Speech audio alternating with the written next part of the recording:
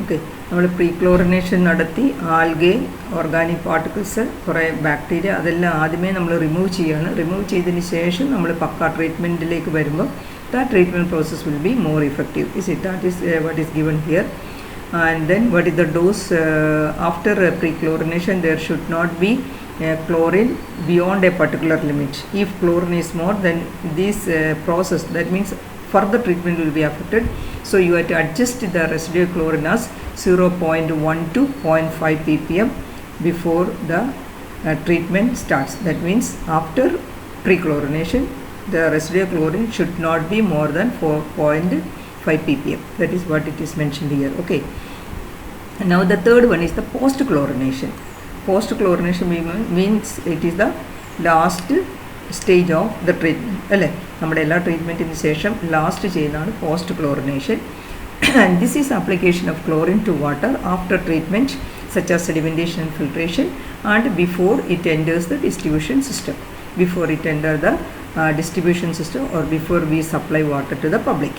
The purpose of this chlorination is actually for removal of microorganisms in the drinking water.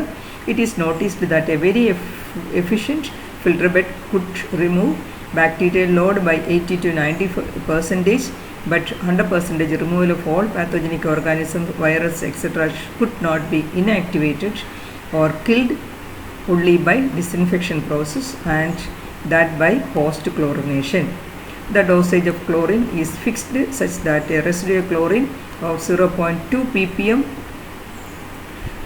is available in the supply system always. This is to react with the microorganisms, if any, enter in the distribution system by undetected leakage or cross sections which is not visible. So then that is the post-chlorination. നമ്മൾ എല്ലാ ട്രീറ്റ്മെൻറ്റിന് ശേഷം last disinfect ചെയ്യുന്ന ആ ഒരു പ്രോസസ്സാണ് post chlorination എന്ന് പറയുന്നത്. So അവിടെ നമുക്കറിയാം, before we supply the water we are disinfecting, and that means we are destroying or inactivating 100% of the pathogenic bacteria. And then you have to be careful that there should be a residual chlorine of 0.2 ppm after the post chlorination. And what is the purpose of that?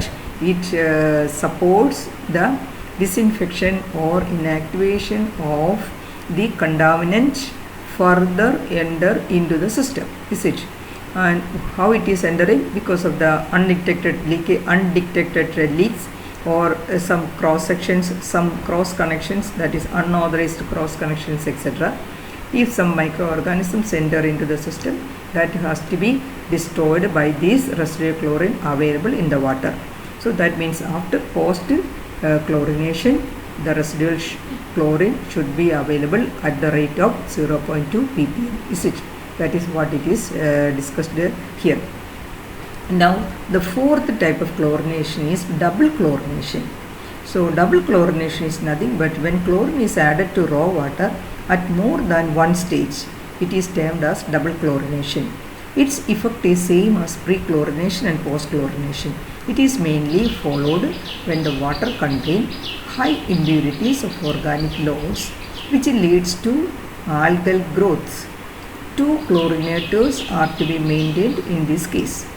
So that means here two stages of chlorination. That is, first one is the pre-chlorination, then after sedimentation and filtration we are further chlorinating the water, that is the post-chlorination.